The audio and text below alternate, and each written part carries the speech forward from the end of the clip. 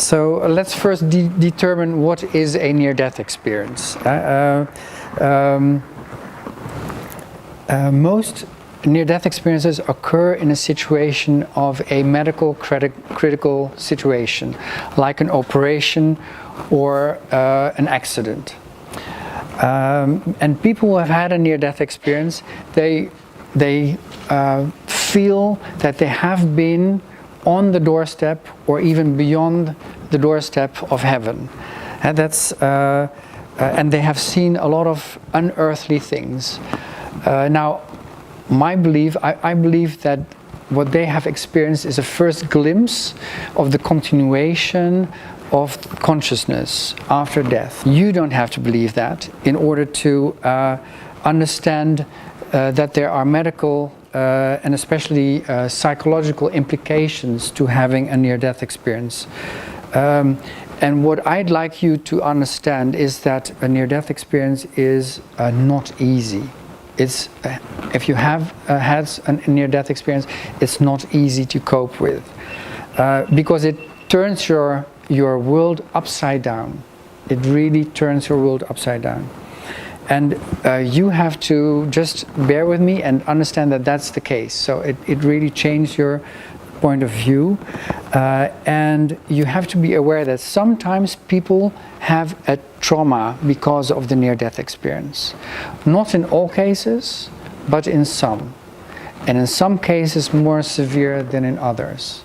And it's also important for you to understand that the medical profession has acknowledged the existence of near-death experiences, but has not acknowledged yet that it's a real experience with a life-changing effect on the patient. Nevertheless, there are scientists who came to understand that and have accepted that it's really a serious experience with a life-changing effect. There has also been good and acclaimed research into near-death experiences, and I will mention a few of them. Maybe you know the study done by Pim van Lommel and the people around him. He did the first prospective study on near-death experience, so that's a really a study according to scientific methods. And this kind of study was rerun in the United States and in Britain with the same kind of outcome.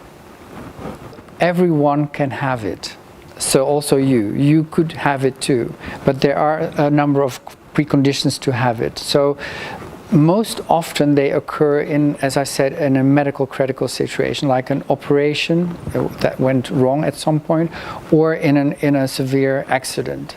But not only in those cases it can happen. There have been many cases of people who have been in an existential crisis or a psychological crisis and were really rock bottom, really severely affected. They could be in a situation that something like that occurs. There have been many cases of those. Near-death experiences have also been reported by people who have been in a very deep meditation, although I don't hear too many of those cases. And even there are reports of people who have had an NDE in a spontaneous way. So even sitting on a beach, and that's really a case that that comes to my mind, someone had a near-death experience. Now it starts with an out-of-body sensation. That's what the people say. They leave their body, they can see their body, they wander around, and then sometimes they go through a tunnel, they see light, they see the light, they see light beings, they see deceased relatives, but often, very often, they talk about that they have experienced pure perfection, pure peace, and pure unconditional love. What they also often, most of them that I speak, say that they also felt a profound interconnectedness with everyone around them, everyone in the world, but not only with people, but also with animals and with nature. It is also a well-established fact that people change dramatically because it's an overwhelming experience. You can't just ignore it. If you think that happens to just a few people, then I can give you some numbers. In some studies it comes out that there are like 4 to 5% of the population in Western societies have had an NDE. 4 to 5%. Now in the Netherlands that would be something like 700,000 people. That's not just a few. You have to understand that. Some of the after effects I'd like to mention. The first one and predominant is that the fear of death disappears. People who have had a near-death experience are not afraid of dying anymore. Maybe, they are afraid of dying, the way in which they would die, but being dead is no problem for them because they are certain that they continue their journey afterwards. The feeling of timelessness is reported over and over again. Some people can not live by the clock anymore. They can't cope with schedules. They can't they have difficulties meeting appointments and things like that. They become hypersensitive to light, to sounds, and to medicine. They have a problem with being in crowds. They pick up emotions of others. That's what they say. They start relying on feelings rather than rationality in order to arrive at decisions. They feel that unconditional love is of most importance in everyone's life. They feel that we all belong to one big whole. We think we are separate, but they think that we are one of the same kind being all together. Now, what Sabine and I try to make clear here is that an NDE is not an illness with its symptoms and characteristics. It is just a complete change of perspective, of view of reality by the NDE of the world around, but also a change of what is important to the inner self. So the inner self changes as well. What they feel important is totally different from what they felt important before. As an example, money, power, if that was important before, after their near-death experience, that changes altogether. They feel disconnected from the old world. You have to understand that there is a seizure, or how do you say that, between the period before and after the NDE. There is really a cut. Before is different from after. And they can't ignore this. And if they ignore it, and we know a few cases also, if you ignore it, things will aggravate. It will get more difficult to be able to cope again. So the NDE has to adapt. There's no choice. In order to regain a good quality of life, integrate and accept it. Accept first and then integrate. And that sounds maybe easy, but it's not. First they need to accept it, and that can take years. And then they need to integrate it into their life. And that can take years too. And on average, it has been established that it takes us about 7 years. So some people go quicker, some people go slower.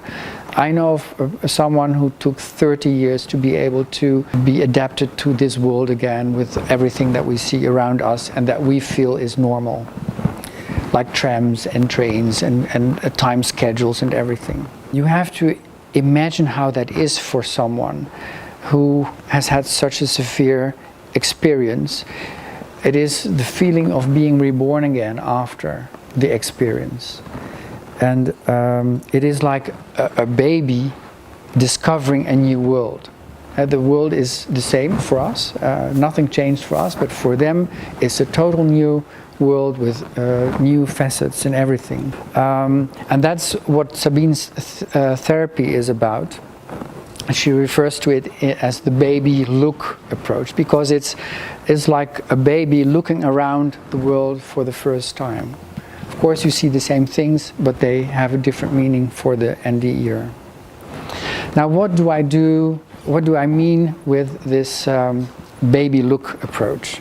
The therapist needs to have a correct attitude towards the patient, and the correct attitude would be at least one of equality, being non-judgmental,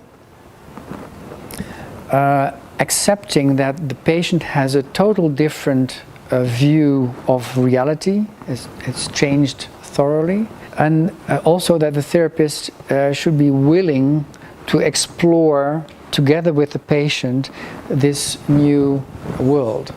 And of course the therapist doesn't have to adopt the view of the patient, but the therapist has to understand and work together in order for the patient to be able to explore the world as a baby would do.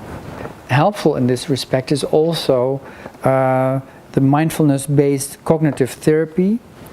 It is reaching out with objectivity and without judgment, and using the Babylook approach as I just described.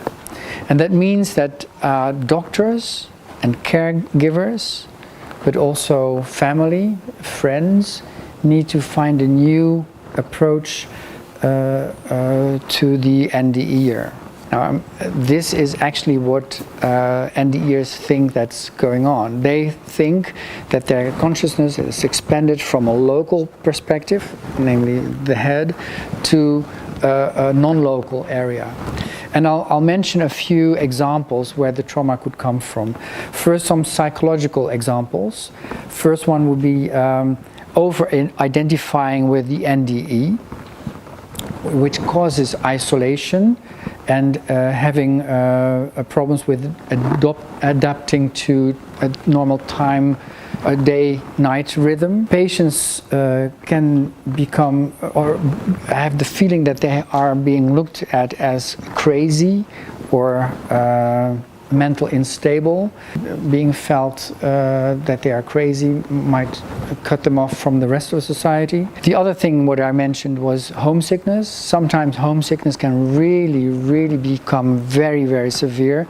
They desperately want to go back to this place and they can't unless they commit suicide. Or loneliness because no one understands them. All these examples that I give are just symptoms of an NDE. They are not symptoms of a clinical illness. That's important to understand. And if you treat an NDEer as if they are clinically ill, then it would worsen the trauma. Sabine knows a number of cases in this respect. And her treatment will give them, is a different approach. It will give the NDEer a fresh start, accepting first and then integrating it in the experience into their own life. And as said before, it can take a very long time.